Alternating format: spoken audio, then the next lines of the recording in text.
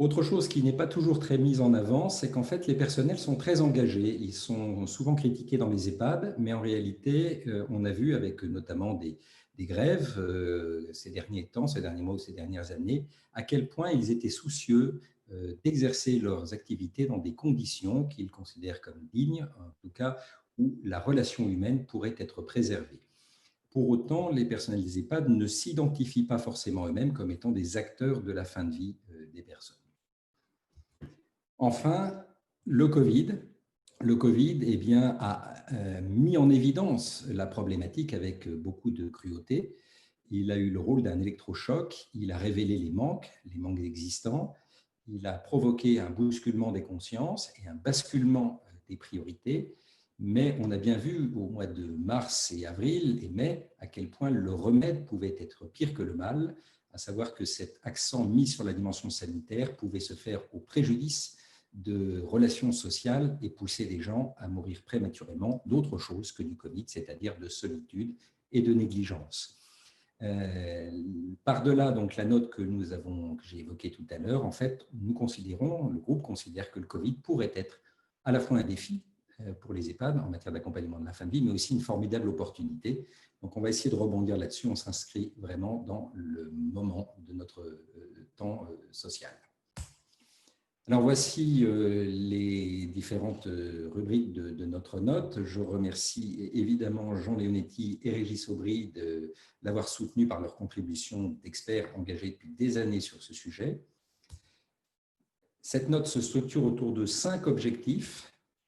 Le premier, c'est favoriser le développement d'une culture décomplexée de la mort dans les EHPAD. Il a paru assez clair qu'il y avait des marges de progression importantes et que c'était peut-être un préalable. Le deuxième, c'est mettre en avant l'originalité des EHPAD en tant qu'établissements sanitaires et sociaux relevant du secteur médico-social, parce que la question de la fin de vie ne saurait être soluble dans la question strictement sanitaire. Le troisième objectif, c'est qu'en fin de vie, la qualité de la relation humaine peut primer, parce que la question du sens revient avec force, et donc pas question d'envisager des accompagnements de la fin de vie qui ne fassent pas une place prépondérante à la temporalité particulière de la fin de vie, surtout dans le grand âge, et au besoin d'être en relation. Le quatrième élément, c'est que pour autant, l'accompagnement de la fin de vie ne se résume pas à une question de relation humaine, puisqu'il y a des compétences qui sont exigées, qui sont même de manière assez précise documentées, et les questions qui se posent sont souvent des questions éthiques. Il y a donc un réel besoin d'expertise professionnelle, en plus de la qualité de la relation humaine, qui irrigue l'ensemble de l'action des professionnels, mais pas seulement, on le verra aussi de tout l'entourage.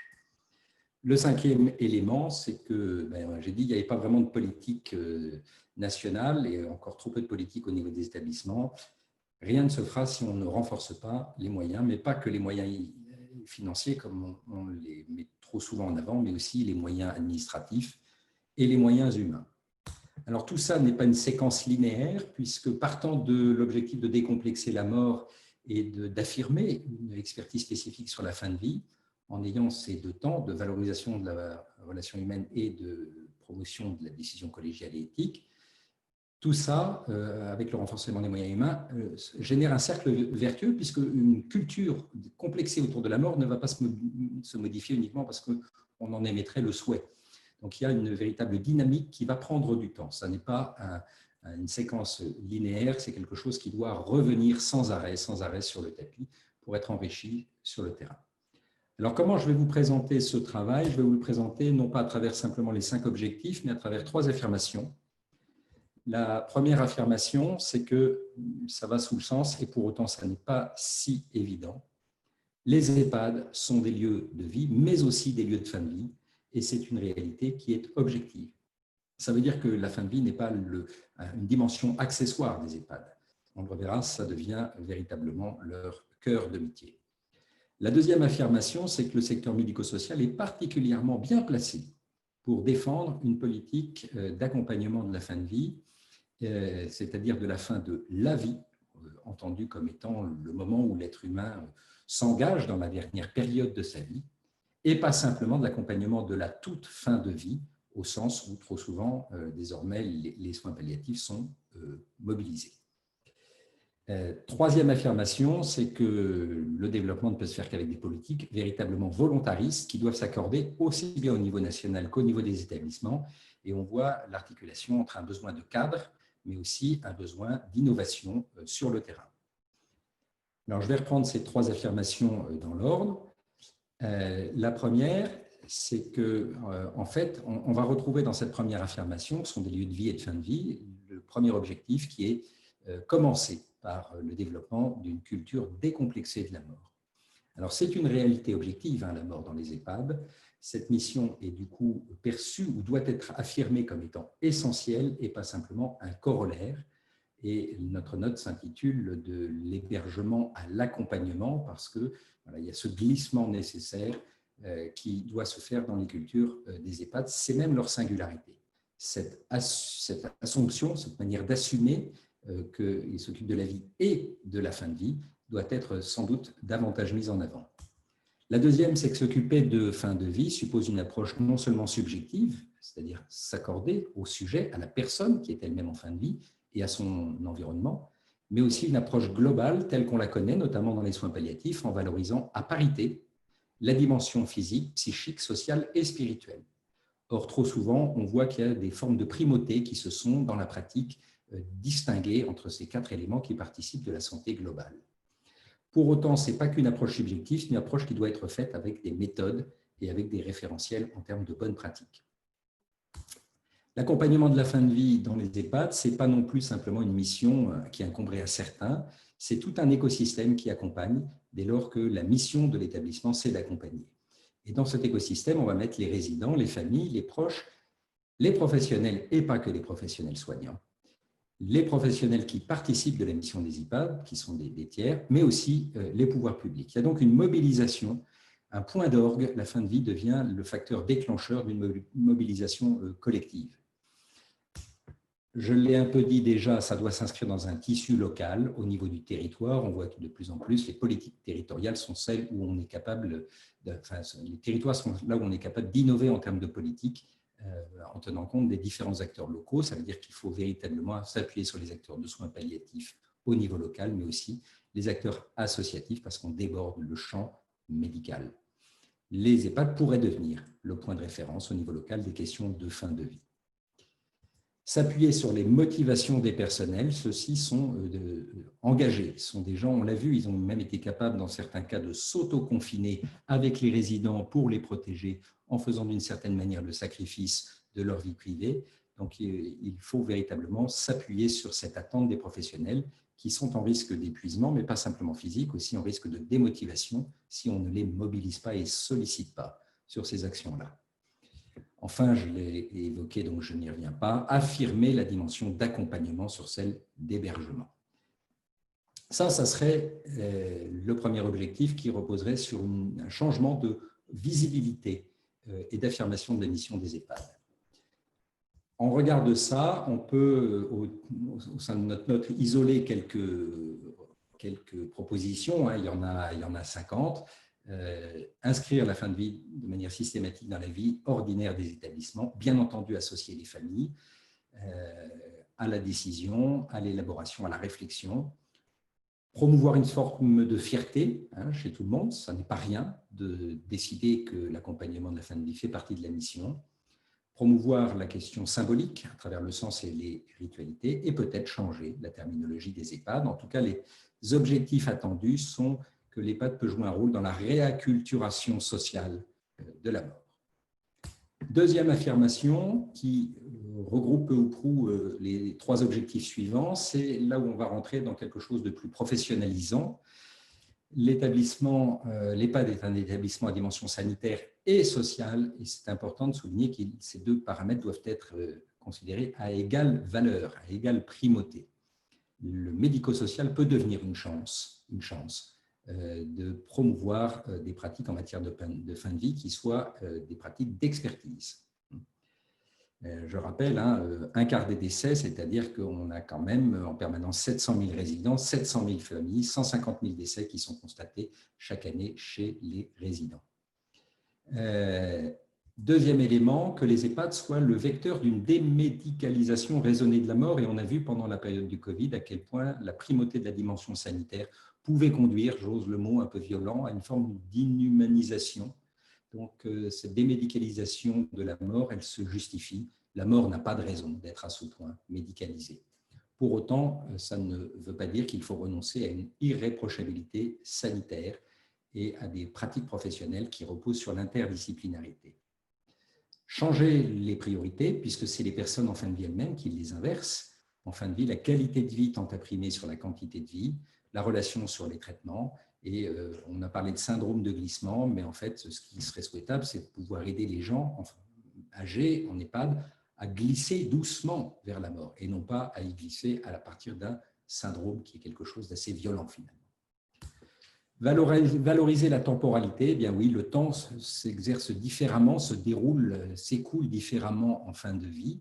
Et si on demande aux personnes âgées en EHPAD de suivre la temporalité des professionnels ou de leurs proches qui viennent les visiter, c'est une manière de leur faire violence. C'est à tous ces intervenants de s'ajuster davantage à la temporalité de la fin de vie.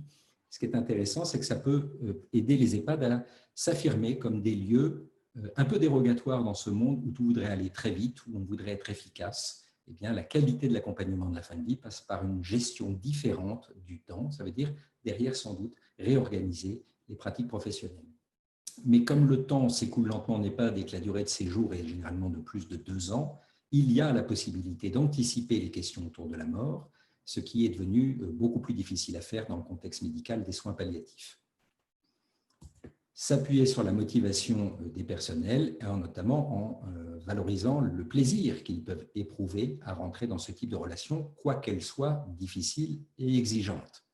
En tout cas, le sens que ça peut avoir dans leur engagement en tant que professionnel. Enfin, faire de l'accompagnement de la fin de vie une compétence transversale et ne pas déléguer à certains cette responsabilité qui pourrait exonérer les autres de s'en sentir comptable également. Donc, il s'agit de travailler plus dans la collégialité, sans doute, qu'en identifiant des spécialistes. Quelques propositions qui sont extraites de notre note, notamment valoriser ces EHPAD sur la question de la fin de vie, mais aussi sur la question du deuil, et ne pas négliger que les personnels d'EHPAD aussi font l'expérience du deuil quand ils perdent un résident. Sanctuariser, ça veut dire inscrire dans le marbre de manière intangible la question de la subjectivité, l'approche globale, la temporalité. Avoir, même si c'est une culture transversale, des référents qui soient des gens capables d'interférer avec les spécialistes de la fin de vie, qui soient des personnes qualifiées de premier ressort en interne. Promouvoir la réflexion éthique, je n'y reviens pas, et s'inscrire dans un contexte d'interdisciplinarité avec notamment des ressources tierces. Bref, ce qui est en jeu, c'est d'améliorer humainement et techniquement. D'habitude, on inverse, on met techniquement et humainement. Là, j'ai souhaité inverser, le mettre dans le bon ordre, me semble-t-il, la qualité des fins de vie. Troisième affirmation, renforcer les moyens administratifs, financiers, humains, et se doter d'une stratégie nationale ambitieuse et explicite qui soit élaborée aussi avec les partenaires locaux et pas simplement de manière jacobine dans les grandes instances centrales. L'inscrire au même niveau de priorité que les aspects sanitaires dans la stratégie des groupes et établissements, c'est vraiment faire monter en puissance cette question au cœur des différents organismes, reconnaître au niveau local le droit à l'initiative, à l'expérimentation dans les établissements. Il existe, mais il n'est pas en tant que tel reconnu. Avoir une approche transversale interdisciplinaire qui inclut tout l'écosystème, à commencer par le résident et ses proches, fidèle à la philosophie du CERF, qui est qu'on ne fait pas tant les choses pour les personnes vulnérables qu'avec elles et à partir de leurs contributions. Et ça semble absolument indispensable de penser la fin de vie des personnes âgées à partir de leurs contributions. Affirmer l'accompagnement de la fin de vie comme un droit universel, c'est le cas dans la loi. Pour autant, on voit qu'il y a des formes de discrimination insidieuses qui se glissent parfois et qu'au nom de l'état de santé, de l'état de dépendance, au nom de l'âge, au nom de la situation sociale, on en vient parfois à nier ce droit de nature universelle. Alors, quelques propositions qui figurent dans la note. Avoir des grands états généraux, on a un peu tendance à vouloir en mettre partout, mais sur ce sujet-là, Il me semble que ce n'est pas un sujet périphérique et accessoire de la société, c'est un sujet crucial, central, presque socle de la société.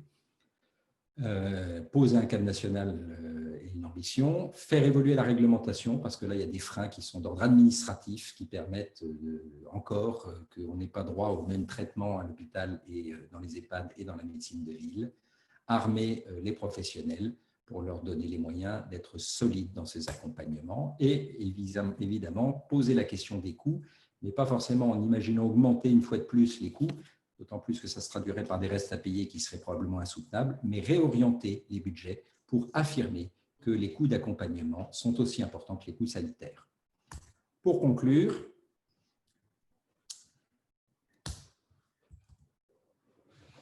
il faut saluer la contribution des membres du CERC qui sont depuis longtemps convaincus par cette problématique et à laquelle ils ont apporté une énergie considérable pour travailler finalement en assez peu de séances, mais sur une période qui a été longue et je m'en suis expliqué. Saluer cette contribution qui fait droit à leur expérience de travail au quotidien avec les résidents et avec les familles. Donc, même si les familles n'ont pas directement participé à cette enquête, à ce travail de groupe, elles étaient représentées par ces acteurs de terrain qui les côtoient tous les jours. Sortir les EHPAD de leur enfermement sanitaire où ils sont jugés comme des sous-établissements de santé et encore pire comme des parents pauvres de la fin de vie, valoriser leur dimension médico-sociale originale et spécifique. Rendre la personne âgée en EHPAD partie prenante de sa fin de vie, et ça a été dit 2 fois, de sa vie et de sa fin de vie, en faisant coopérer l'ensemble des acteurs. Amener les EHPAD à devenir des lieux d'excellence sans complexe en matière de fin de vie, tendre vers ce que Marianne Monchamp de la CNSA appelle des établissements désirables. Aujourd'hui, c'est clair que les EHPAD ne sont pas perçus comme des établissements désirables. Il y a donc du travail à faire pour ça et cette note peut y contribuer. Mais plus largement, irriguer aussi tout le champ sanitaire pour repenser les approches de fin de vie qui avaient été bien pensées dans les années 80-90 et qui se sont laissées sans doute un peu trop rattraper par la dimension sanitaire. Les EHPAD, par leur situation, peuvent réinverser cette forme de démédicalisation raisonnée de la fin de vie. Enfin, pour terminer, le Covid, je l'ai dit, c'est un révélateur, c'est devenu un défi et ça peut devenir une opportunité pour renouveler une approche qui est une approche un peu vieille et qui était déjà explicitement posée avant, mais qui a été longtemps sous-estimée. Voilà, je ne prends pas plus de votre temps pour vous présenter ce travail et je cède la parole avec joie à Jean Leonetti.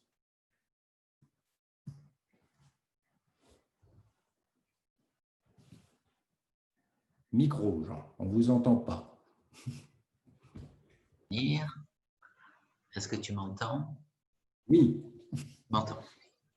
Bon, bonjour à tous, bonjour Edouard, bonjour Tanguy, bonjour à vous tous et merci de me faire participer à cette petite table ronde.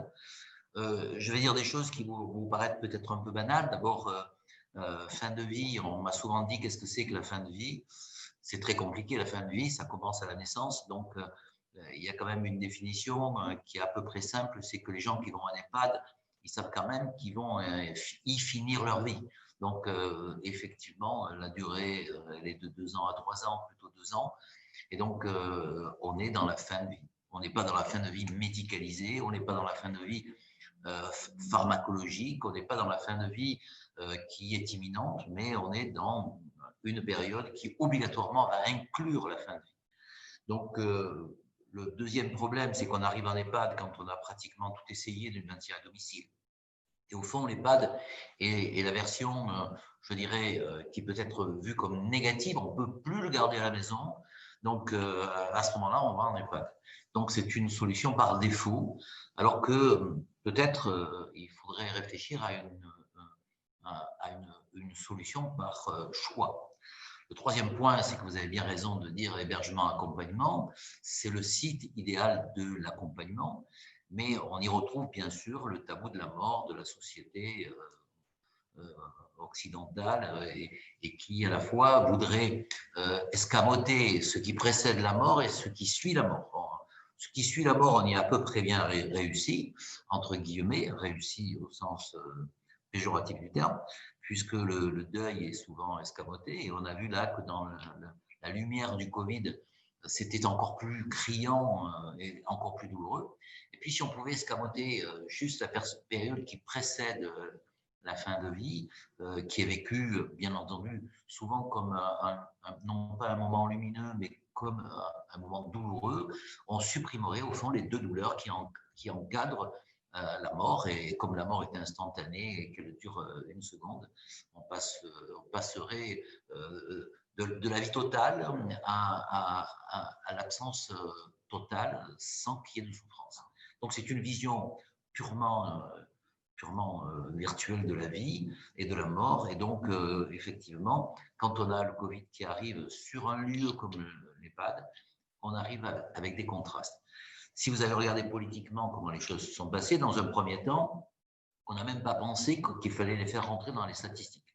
Donc, ils ne sont pas vivants, ils ne sont pas morts, ils sont ailleurs, ils sont dans un machin qui n'est pas l'hôpital, ils sont dans un machin qui n'est pas le domicile, pas la ville. Et donc, on ne les a pas comptés. On ne les a tellement pas comptés qu'on s'est dit, après tout, je vais caricaturer, mais on s'est dit que la mort était tellement proche, est-ce que ça valait la peine de les comptabiliser dans le Covid? Parce que de toute façon, ils seraient morts. Ce qui est un argument souvent développé rappelez-vous, dans la canicule, dans toutes les situations, dans toutes les morts importantes des sujets âgés, on dit de toute façon, il allait mourir. De toute façon, on va tous mourir, donc c'est un argument qui tient. Le deuxième élément, c'est que ensuite, on a dit, et de manière très abusive, parce que ça va à l'encontre de la culture qu'on a développée dans les EHPAD, on a dit, on ne les a pas acceptés dans les hôpitaux, comme si on avait dit, mourrez dehors. Voilà. En réalité, on n'a pas accepté dans les hôpitaux, peut-être parce qu'il y a eu des mauvaises consignes, mais surtout parce que la vocation d'une personne en EHPAD qui va mourir, et les lois, effectivement, ont été faites plutôt pour les gens qui vont mourir et pas pour ceux qui veulent mourir. Les gens qui vont mourir, ben, c'est pas normal qu'ils meurent en EHPAD. Et ça ne sert à rien. On a dénoncé tellement souvent l'idée qu'on allait prendre un grand vieillard qui avait quelques jours ou quelques heures à vivre et qu'on le laissait mourir aux urgences sur un brancard. Et là, paradoxalement, on disait, mais pourquoi on ne les a pas envoyés à l'hôpital? Parce qu'on aurait pu les sauver. Donc, immédiatement, comme la politique est toujours une politique de l'essuie-glace, immédiatement, on a dit, ah ben maintenant, on va renforcer le sanitaire. Et comme on a quand même compris que la meilleure façon, comme le disait le Premier ministre, un peu de manière amusante, la meilleure façon de ne pas arriver dans les hôpitaux, c'est de ne pas être malade, ben, la meilleure façon de ne pas mourir, c'est de ne pas attraper le Covid. Et donc, on a mis des mesures de prévention, mais on les a voulu tellement drastiques que finalement, on est passé directement de l'autre côté de l'excès, en faisant en sorte qu'on ne pouvait plus les voir, plus les toucher, plus leur parler, plus les accompagner dans la mort et même plus les voir après la mort, alors qu'on sait très bien que le deuil passe par un contact physique avec la personne décédée. Donc, on a, comme toujours, essayé d'aller d'un excès à l'autre, alors que la mesure, enfin l'éthique, c'est la mesure. L'éthique, c'est un conflit de valeurs, toujours. D'abord, c'est une interrogation, on n'a pas la solution, elle dépend de chaque personne et de chaque circonstance. Et puis le deuxième point, c'est que c'est toujours un conflit de valeurs. Et là aussi, il y a un conflit de valeurs. C'est le conflit habituel de l'autonomie de la personne, qu'est-ce qu'elle veut, et puis de la protection qu'on lui doit. Est-ce que je dois la protéger malgré elle? Et là, on était, assez paradoxalement, sur je te protège malgré toi, je te protège tellement qu'à la fin, je t'isole de l'ensemble de ces situations-là. Donc, effectivement, il y a un conflit de valeurs. Admettons-le. Oui, il y a un conflit entre est-ce que je dois privilégier le sanitaire ou est-ce que je dois privilégier l'accompagnement? Est-ce que la qualité de vie, c'est un sujet beaucoup plus large qui a été longtemps, souvent évoqué, doit primer sur la durée de la vie? C'est quand on dit ah ben après tout, il passe un printemps comme ça et puis l'année prochaine.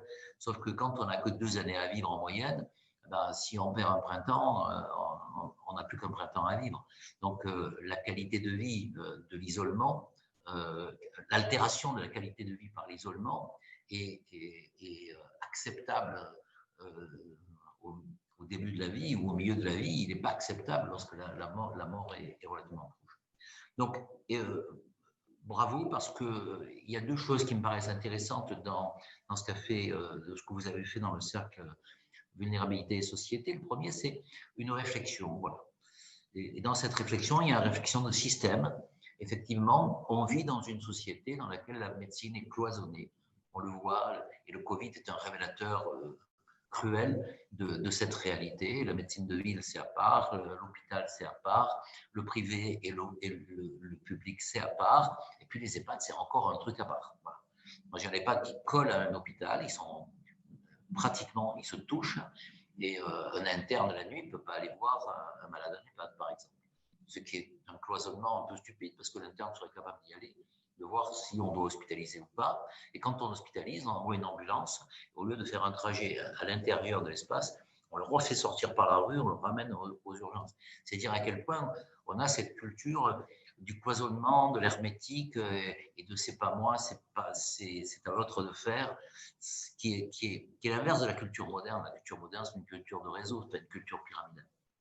Le deuxième, c'est que effectivement, s'il y a un bien dans le mal, c'est de se dire qu'il y a des retours d'expérience extraordinaires, des engagements des personnes qui sont majeurs, et que ces engagements des personnes autour d'expériences peuvent apporter une vision à la fois plus positive, bien sûr, de la qualité de vie en EHPAD, mais je pense aussi une revalorisation de l'ensemble de ces métiers. Dire simplement je fais des tâches un peu mécaniques et je préviens des maladies, ça a des limites qui ne permettent pas l'engagement, l'enthousiasme, le courage et la volonté. Si on y met cette dimension humaine qui en EHPAD est indispensable, on voit qu'on peut survaloriser les métiers, paradoxalement, en empêchant que le sanitaire l'emporte sur l'humain, mais en faisant en sorte aussi qu'on surmédicalise un tout petit peu les EHPAD.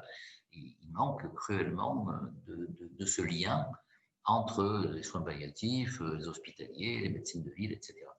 Donc, je trouve qu'il y a une chance, c'est dans cette réflexion que vous avez excellemment menée, c'est que vous avez à la fois cette réflexion, cet approfondissement, et puis des propositions. Et dans les propositions, si je devais en retenir une ou deux, je dirais que c'est la revalorisation des métiers autour d'engagements différents dans le cadre de la fin de vie. C'est le retour d'expérience qui est important parce que les soins palliatifs ont besoin aussi de cette vision, je dirais, intermédiaire entre la période qui va mener à la mort, mais qui est encore de la vie, même dans un univers d'EHPAD, et puis un décloisonnement indispensable de l'ensemble de la médecine, y compris du social et du médical. La médecine de demain est une médecine médico-sociale. On a beaucoup travaillé sur les aigus, infarctus de myocarde en urgence, l'accident de voiture, etc. Et là, les hôpitaux sont très, très bien organisés pour ça. On est beaucoup plus mauvais sur les maladies chroniques. Or, toutes les maladies aiguës deviennent plus ou moins des maladies chroniques quand on n'en meurt pas. On en meurt moins. Et pour parler de quelque chose que je connaissais, c'est les maladies cardiaques. Avant, c'était blanc ou noir. On vivait ou on mourait. Maintenant, on vit, et plusieurs épisodes viennent avec une maladie qui se chronicise complètement et qui fait que le social s'imbrique progressivement dans le médical. Donc, à l'intérieur des possibilités de décloisonnement, il n'y a pas, à l'intérieur du médical et du social, il y a aussi toutes les collectivités territoriales qui peuvent apporter un autre élément, une autre dimension dans ces fins de vie qui sont encore de la vie. Pardon d'avoir été un peu long, mais en vous remerciant encore une fois tous de la qualité de ce texte et de ses débouchés potentiels. Merci Jean, merci beaucoup pour ces encouragements et puis cette analyse percutante. On va donner un peu la parole à nos membres parce qu'ils sont les principaux auteurs de cette note. On a été les assembliers, si j'ose dire. Alors, je vais vous donner la parole dans l'ordre où ça vient. Sur mon écran, je vais commencer par Éric Carigère, Maison de famille. Éric. Pas de son. Pas de son, Éric. mets ton Donc, je m'en vais micro. peut-être. Peut-être j'ai besoin de partir pour que… Non? Non, non, c'est bon. Ah non, c'est Vous bon, c'est bon. m'entendez là, c'est bon? 1, 2, Oui, 3. c'est C'est bon bon. pour tout le monde? Ça va? C'est Très bon, c'est bien. bon. Très bien, très bien. Donc, bonjour à tous. Permettez-moi d'avoir un salut tout particulier pour Jean Leonetti, avec qui j'ai eu le bonheur de faire quelques moments difficiles de mon histoire. Et puis, bien sûr, saluer chacune d'entre vous et tous ceux qui participent à cette conférence, à cette soirée.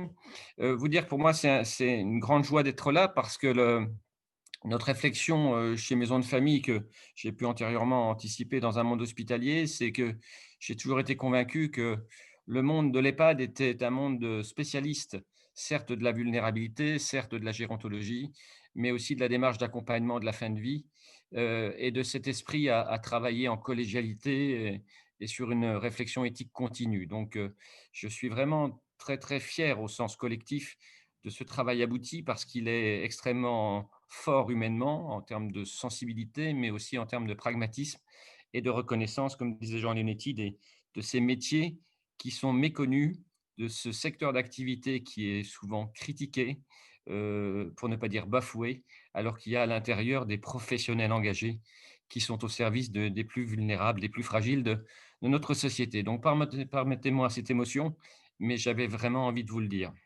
La petite réflexion que je voulais partager avec vous aujourd'hui, elle s'inscrit dans l'anticipation de la fin de vie, évidemment, qui est une priorité en l'inscrivant très tôt dans le projet et la continuité de vie des résidents.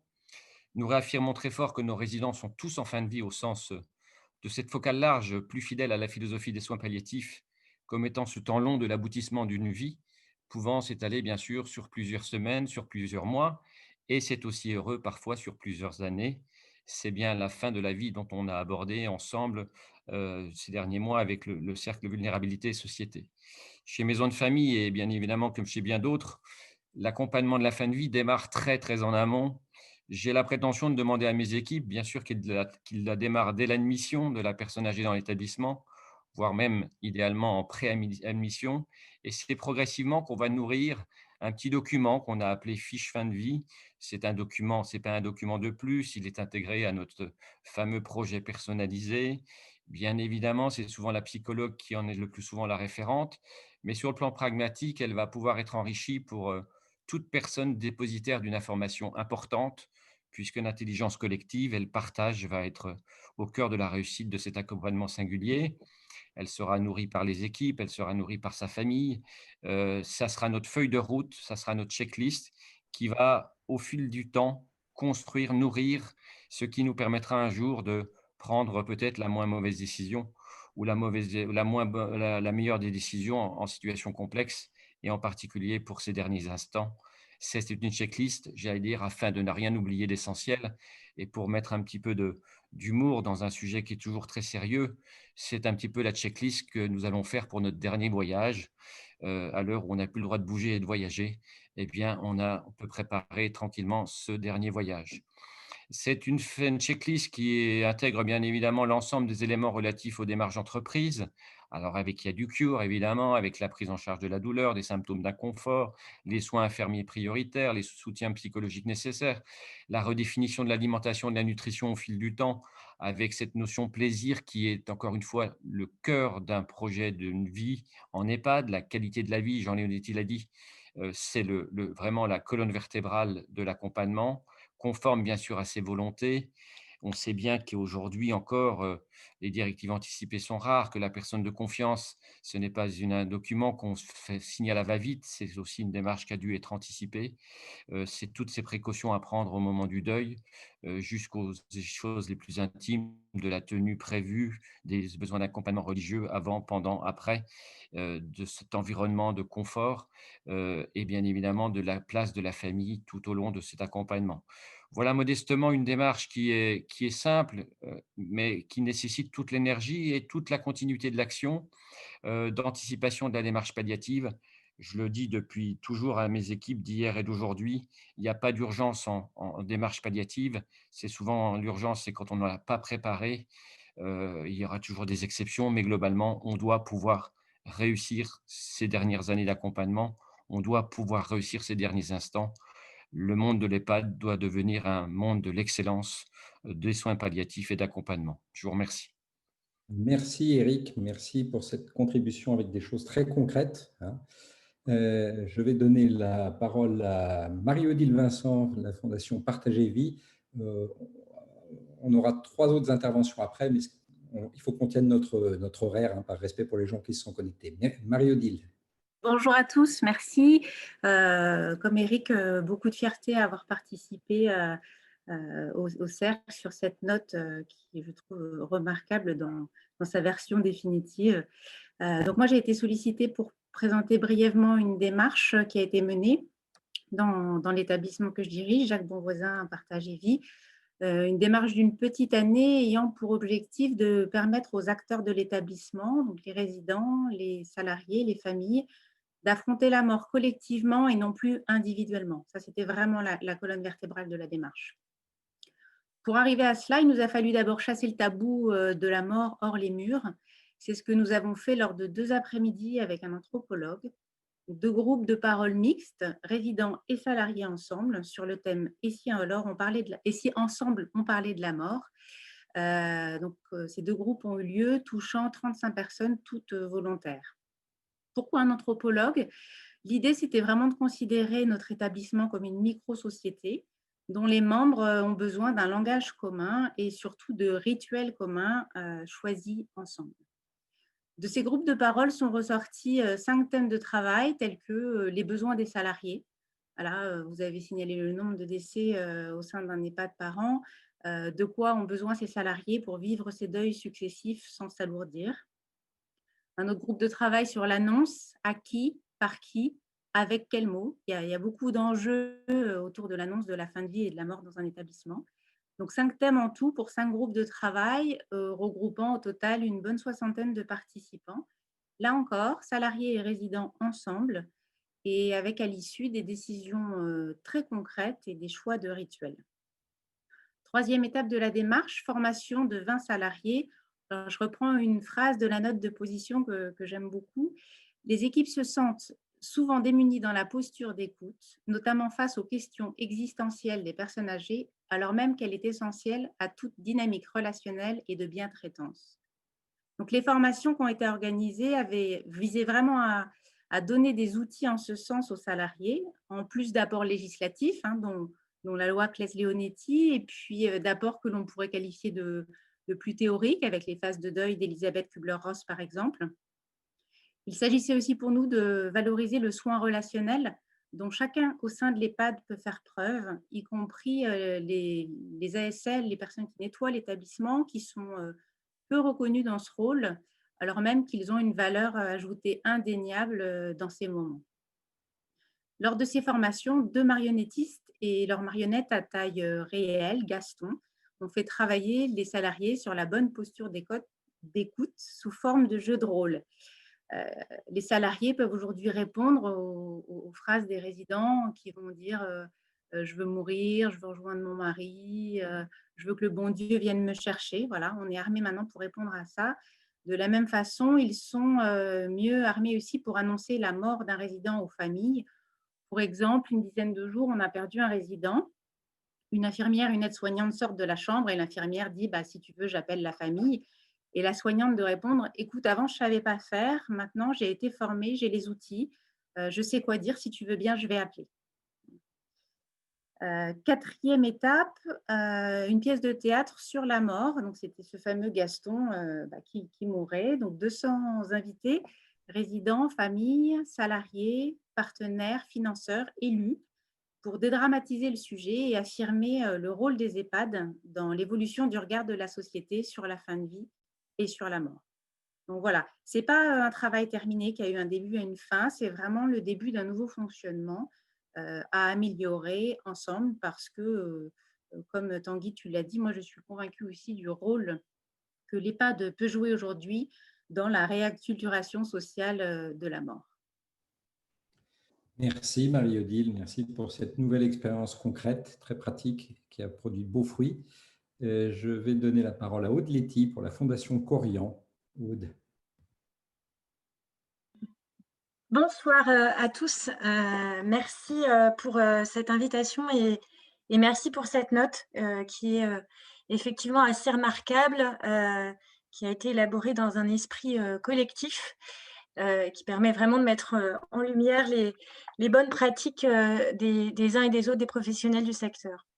Je suis ravie de prendre la parole ce soir parce qu'à la Fondation Corian, nous sommes attelés à la question de la mort, de l'accompagnement de la fin de vie en établissement il y a un peu plus de 2 ans maintenant, sous l'impulsion de notre conseil scientifique et accompagné par Marie de Henzel. Et nous avons commencé par réaliser une enquête auprès des établissements où effectivement est ressorti voilà, tout ce qu'on a évoqué, le tabou évidemment autour de la mort, le déni parfois, et paradoxalement aussi la volonté très forte des soignants, des familles, et bien d'être accompagnés dans ces moments, de pouvoir faire leur deuil également, et de pouvoir proposer et avoir un espace pour proposer des solutions pour accompagner justement la fin de vie et le deuil en établissement. Voilà, donc partant de ce constat, nous avons choisi de nous attaquer, on va dire, spécifiquement à 5 thèmes complémentaires et qui ont émergé lors de cette enquête. Le premier thème est l'accompagnement du deuil blanc, dans cette logique justement d'anticipation et d'accompagnement des familles quand voilà, ils doivent appréhender en fait d'une nouvelle manière leurs proches dans cette toute fin de vie. Première thématique. Deuxième thématique autour du déni de la mort, du tabou, des questions tabous. Beaucoup de salariés avaient des questions très précises. Voilà, si un résident me dit je vais mourir, je le sais, est-ce que je vais souffrir? Comment je réponds? Voilà, quelle est la bonne posture à adopter? Est-ce que je dois dire mais non, tout va bien se passer, ou est-ce qu'au contraire, je dois engager de dialogue? Donc, c'était des choses très concrètes de cette façon. On a beaucoup travaillé avec Marie justement sur les verbatims et les questions à apporter. Un très beau travail aussi autour des rituels et des hommages rendus aux défunts à l'occasion des décès.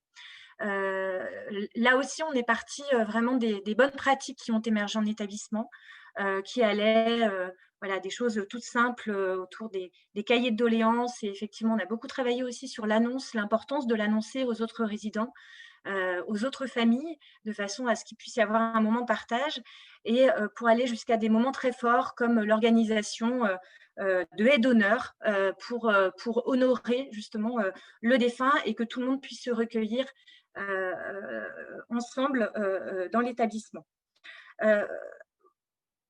Et ensuite, on a souhaité aller plus loin, alors travailler évidemment sur des modules de formation, de sensibilisation autour de petits films qui ont été tournés, et puis présenter ces actions, aller recueillir aussi des bonnes pratiques à travers des matinales qu'on a organisées en région et qui ont justement permis d'une part de recueillir ces bonnes pratiques, mais aussi de libérer la parole. Et on s'est rendu compte à l'occasion de ces matinales et des réactions du public et des professionnels qui étaient présents, combien leur demande était forte de pouvoir avoir des temps de parole dédiés pour verbaliser et pour construire collectivement un projet autour de cette fin de vie et de l'accompagnement du deuil en établissement.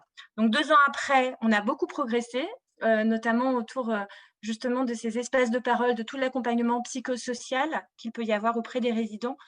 Voilà, il reste des lacunes. On a parlé tout à l'heure des directives anticipées aujourd'hui qui sont encore insuffisamment prises en compte. Et puis des professionnels, de la formation des professionnels et des ressources dont on a besoin en établissement. Alors, les infirmières en pratique avancée peuvent être une piste, mais voilà, le témoignage que je souhaitais vous apporter ce soir. Merci. Merci Aude pour cette démarche très concrète. Je précise que le document est téléchargeable en ligne, hein. Il est d'accès public, évidemment aussi. Je ne parle pas du document du cercle, qui l'est, mais aussi du document de la Fondation Corian, auquel tu fais référence. Sylvie, alors il nous reste, on déborde un peu le temps qu'on avait prévu. Sylvie Dupont, puis Maria Rojas, et ensuite peut-être une question des participants avant de conclure cette soirée avec Marie de Henzel. Sylvie? Non, Sylvie? On ne t'entend pas. Micro? Non, Sylvie, tu n'as pas envie de prendre la parole. Si? Est-ce que vous m'entendez? Oui. Attendez, super. Si, j'avais très envie de prendre la parole. J'ai beaucoup de plaisir à être avec vous ce soir. C'est un très grand honneur. Merci, Monsieur Jean Leonetti, pour tout ce que vous avez dit. C'était un très grand plaisir de travailler sur cette note avec tous. On a tous collaboré avec des expériences tellement différentes qu'on s'est enrichi et ça, c'était un temps très fort pour nous aussi. J'aimerais vous partager juste une phrase du professeur Aubry qui est donc dans cette note. C'est « La fin de l'existence d'une personne âgée devrait rimer avec paisibilité et spiritualité ». Voilà, ça fait écho avec l'expérience que je voudrais vous partager et qui serait sur la checklist d'Éric sur la place des familles. En fait, l'accueil de la personne âgée et de ses proches dans le respect de ses choix et ce jusqu'au bout de la vie, c'est au cœur du projet de la Fondation de l'Armée du Salut. Et donc, ça se décline dans les projets de nos établissements, mais aussi dans le projet de chaque résident. Favoriser la participation de la personne âgée, mais également de ses proches, familles, amis, voisins, bénévoles, à la vie collective proposée permet de construire un lien de confiance indispensable à toute relation. Ainsi, pour bien accueillir et accompagner, il est nécessaire de se connaître et de se faire confiance. Avec les équipes de soins, d'hôtellerie, administratives, bénévoles, accompagnants spirituels, résidents, nous tendons vers une culture de l'accompagnement de la vie jusqu'au bout de la vie. C'est une vraie reconnaissance des aspects relationnels et de leur importance. Ainsi, lorsque le temps de la fin de vie s'annonce, nous favorisons le temps de l'intimité et de l'adieu. Il est proposé aux proches, en accord bien sûr avec le résident, de rester auprès de leurs parents de jour comme de nuit. Tout est mis en place pour que les proches se sentent entourés et soutenus. Là encore, c'est ensemble que nous accompagnons ce temps de mourir, dans le respect de la dignité du mourant, en étant très attentifs et vigilants à ce que la douleur et ou l'angoisse soient apaisées, bien sûr. Nous favorisons des temps de douceur par de l'écoute musicale, vaporisation d'huile essentielle, en fait, tout ce que le résident aime. Ces temps de vie le sont intensément, vécus avec beaucoup d'émotions et avec parfois des temps de confidence. Voilà, j'espère avoir rattrapé le retard, Édouard. Merci beaucoup, Sylvie, pour ce rappel aussi de toute la dimension sensorielle qui est inhérente à l'accompagnement de la fin de vie. Maria Rojas, des Petits Frères. Vas-y, Maria. Merci à tous. Alors, le temps et la qualité de la relation humaine est rythmé de manière singulière et propre à chaque résident, chaque famille, chaque membre de la famille, chaque soignant au sein d'un EHPAD. Paul Ricoeur nous dit « Pour que le temps ne se réduise pas à une suite d'apparitions et de disparitions, il faut que lui-même demeure. » Demeurer devient, à partir de cette phrase, un élément clé dans le temps relationnel. Demeurer veut dire s'arrêter assez longtemps en un lieu de vie et d'accompagnement jusqu'au bout comme l'EHPAD. Le bénévole demeure assez longtemps dans un EHPAD. Le bénévole demeure ensemble, à côté du résident, au rythme du résident, à côté de la famille, au rythme de la famille, à côté des soignants. Le bénévole demeure en s'ajustant pour offrir une reconnaissance de la dimension humaine, relationnelle et existentielle de l'autre, à travers des petites choses qui peuvent devenir des grandes choses, un sourire, un bonjour, un au revoir. Guylaine, bénévole d'accompagnement Petits Frères des Pauvres, accompagne depuis un an Monsieur R. Un monsieur sur le monde, disent les soignants. Il a un cancer qui évolue lentement. Guylaine envoyait depuis le début du confinement des cartes chaque semaine à Monsieur R. Après quelques mois, Guylaine peut enfin aller à l'EHPAD et rendre visite à Monsieur R. C'est avec un « Ah, mais c'est vous !» accompagné d'un sourire que Monsieur R accueille la bénévole. C'était sa première visite après le confinement. Monsieur R parlait moins bien qu'avant. Mais peu importe, me dit Guylaine. Son sourire et son merci, merci beaucoup, merci bien, valait la peine. Merci à tous. Merci Maria pour cette évocation aussi du rôle des bénévoles, puisqu'on a dit que l'accompagnement était une œuvre collective. Il faut bien voir à quel point non seulement ça implique des professionnels soignants et non soignants, des administratifs aussi, mais toute la collectivité, la famille, les proches, les bénévoles, on peut aller chercher aussi largement que possible. Peut-être on arrive à la fin de notre rencontre, mais peut-être une question, Édouard, et puis merci beaucoup pour l'ensemble de ces témoignages. Certains sont très, très touchants. Je prends une question d'un spectateur ou participant que je vais adresser à Jean Leonetti s'il le veut bien. Quand on a parlé de démédicalisation, quand on parle de démédicalisation, pardon, est-ce qu'il n'y a pas un risque finalement d'être incompris à un moment où l'on manque cruellement de médecins et où l'exigence de soins augmente sans cesse, en particulier de la part des familles des résidents?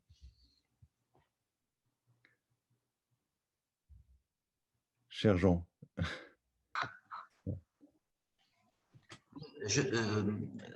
La mort est médicalisée. Donc, elle est même, à notre avis, surmédicalisée. Le bonheur des gens serait de mourir chez eux et à 70 ou 80%, et on meurt dans une structure hospitalière à 70 et 80%. Donc, on a perdu le caractère familial et familier de la mort et de l'accompagnement. Même si les hospitaliers dont j'ai fait partie sont des gens qui sont dévoués, qui essaient d'entourer leur traitement de soins et de compassion et d'affection. Donc, dans ce contexte-là, l'EHPAD, en fait, on est au domicile. Donc, on devrait pouvoir conjuguer très paradoxalement la capacité aux soins et la capacité à l'univers familial. Malheureusement, on n'a finalement ni l'un ni l'autre dans le Covid, puisque le Covid exclut les familles qui sont, entre guillemets, dangereuses pour la transmission de la maladie. Et la médicalisation, on sait qu'elle est compliquée lorsqu'on va à l'hôpital et qu'on va aux urgences, parce que c'est un traumatisme et quelquefois, le jeu n'en vaut pas la chandelle, puisque ça n'améliore pas le pronostic. Donc, effectivement, aujourd'hui, moi, si vous donnez mon opinion, c'est le décloisonnement et l'augmentation des responsabilités sur les soignants. Je pense qu'il y a beaucoup de domaines, soins palliatifs en est un, mais la prévention ou d'autres endroits techniques dans lesquels le personnel infirmier peut apporter, je dirais, presque autant que la présence médicale. Et je pense aussi que la formation du personnel à cet accompagnement est une valorisation pour le personnel. Et cette valorisation, elle peut aussi se traduire par une valorisation financière à terme. Mais elle est une valorisation et une prise en charge meilleure. Le médecin est toujours dans la caricature de celui qui médicalise, donc qui passe rapidement et qui délivre des médicaments. Je ne dis pas que c'est la caricature, ce n'est pas toujours comme ça, fort heureusement. Mais en tout cas, lorsqu'on regarde les soins palliatifs, on voit que l'engagement infirmier et soignant est plus fort que l'engagement de l'ensemble du monde médical. Et on voit aussi que dans des domaines qui sont des domaines dans lesquels on n'est pas sur les certitudes, on est sur les interrogations, on est sur le personnel, l'intime, on est sur les circonstances particulières, on est sur la façon de parler, la façon d'écouter, et on s'aperçoit que les soignants ont une capacité à apporter tous ces éléments sans obligatoirement surmédicaliser la prise en charge. Je ne sais pas si j'ai répondu à la question, parce que la démédicalisation, ça pouvait aussi vouloir dire qu'il n'y avait pas assez de médecins. Je ne sais pas si c'est peut-être ça que ça voulait aussi dire. Mais moi, en tout cas, j'ai constaté que dans les jeunes générations, il y a beaucoup de jeunes médecins qui s'engagent dans les soins palliatifs ou dans des structures de ce type, ou sur les personnes âgées, parce qu'ils y trouvent une dimension humaine que la technique ne leur apporte pas obligatoirement. Donc, il y a Prométhée d'un côté, je sauve les vies, et puis d'un autre côté, il y a une vision plus, je dirais, plus modeste, mais aussi plus enrichissante, qui est je prolonge quelquefois la vie, mais surtout j'améliore la qualité de la vie. Merci, cher Jean. Merci beaucoup. J'avais annoncé au début de cette rencontre que Marie de Henzel donc conclurait ces échanges. J'espère, je vais te tutoyer, hein, ça sera plus simple, sinon ça va être difficile pour moi. C'est naturel. Voilà, ce que tu as pensé des différents échanges, et on t'a évidemment transmis la note un petit peu avant, ce que tu en as pensé, voilà, tout simplement. Bon, je voudrais saluer Jean, évidemment, et puis Aude Letty, avec lesquels, comme elle l'a très, très bien dit, j'ai travaillé pendant 1 an sur cette culture palliative au sein des EHPAD. D'abord, je trouve que ce rapport, j'ai lu ce rapport qui est un rapport remarquable, extrêmement exhaustif. Je pense que tout y est. Et j'espère sincèrement que ce rapport va inspirer, je dirais, les pouvoirs publics, les ARS, que cette idée aussi peut-être d'états généraux de la fin de vie me semble quelque chose de très important. Je pense que vous avez très très bien montré que les EHPAD avaient été au fond un peu, je dirais, la fin de vie dans les EHPAD, c'était l'endroit où finalement la culture palliative met le plus longtemps à pénétrer. Hein. Et j'ai été, vous le savez, très présente dans les plateformes de soutien, à la fois des directeurs d'EHPAD et des aidants, de France Alzheimer, de Partager Vie, de Corian, évidemment. Et j'ai entendu toute la souffrance, évidemment, des familles qui n'ont pas pu rendre visite ni accompagner les derniers moments de leurs proches, qui n'ont pas pu accomplir tous ces rites de la mort qui sont fondamentaux, voir le visage, se recueillir auprès du cercueil jusqu'à ne pas pouvoir aller aux obsèques. J'ai entendu la souffrance évidemment du personnel soignant, et c'est là qu'on voit que ce personnel qui est un personnel qui est demandeur au fond d'une formation sur la culture palliative, parce que ça fait partie du prendre soin. Je me souviens que la première intervention que j'avais faite à Corian, c'était sur le prendre soin, et j'avais parlé pendant 20 minutes en disant vous ne pouvez pas prendre soin d'une personne âgée qui a 2 ans et demi en moyenne, on le sait, à vivre dans un EHPAD, et qui est donc, et j'aime beaucoup cette idée que la fin de vie, ce n'est pas les derniers instants, mais c'est un temps long, et vous l'avez très très bien montré, que ces personnes pensent à la mort. La mort est présente dans leur esprit. Elles y pensent, elles pensent pas seulement aux conditions du mourir, mais aussi à cette fin de vie, à ce qu'elles ont à transmettre, à ce qui est important pour elles. Et elles n'ont pas d'interlocuteur avec qui parler, parce que les soignants, et c'est pour ça que j'aime beaucoup cette expression que vous avez de culture décomplexée de la mort, les soignants n'osent pas s'asseoir à côté d'eux, n'osent pas leur montrer qu'ils sont prêts à parler avec eux, à échanger, pas seulement sur les conditions du mourir, pas seulement sur les directives anticipées, ce qui peut se passer, mais globalement sur ce qu'ils pensent de cette période de la vie, ce qu'ils ont à transmettre. Et là, je crois que c'est vraiment, ils sont en demande de formation. Toutes les propositions que vous faites sont remarquables, et je pense tout à fait essentielles. C'est ce qui valorise l'armée. On ne peut pas prendre soin d'une personne âgée en fin de vie si on écarte la question de la mort. Aude l'a très très bien dit, elle ne peut pas être tabou, et ça entraîne toute une série évidemment de propositions. Moi, je suis d'accord sur toutes les propositions que vous avez faites. Évidemment, tout ce qui concerne les rites, la ritualisation au sein d'une EHPAD. On sait que chaque fois qu'on met en place un rite, aussi simple soit-il, comme par exemple simplement de faire signe par une bougie ou par une photo ou par un bouquet de fleurs pour montrer que quelqu'un est mort, déjà la culture palliative entre dans l'EHPAD. Déjà, on peut parler de la mort. Ce n'est pas tabou. La façon d'annoncer la mort aux autres résidents, ce tout petit aspect, je dirais, est fondamental, parce qu'à partir du moment où on peut effectivement annoncer la mort, elle n'est plus taboue dans un établissement. Alors évidemment, il y a c'est donc, je dirais, cette culture décomplexée me paraît être le point le plus important de ce rapport. Alors toutes les autres mesures évidemment que vous proposez sont